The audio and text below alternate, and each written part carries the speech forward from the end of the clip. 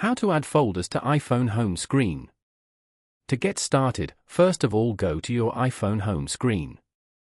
Over here, long press on any empty area of the home screen until the icons start to wiggle and a minus sign appears on each app icon.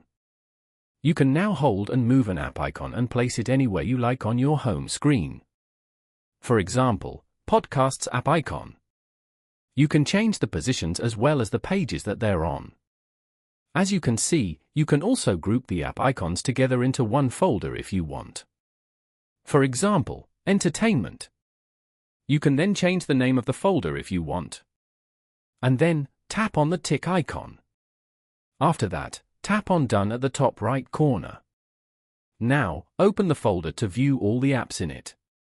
Following these steps, you can easily add folders to iPhone home screen. Thank you for watching. Please leave a like if this tutorial helped you, or leave a comment below if you have any questions related to the video.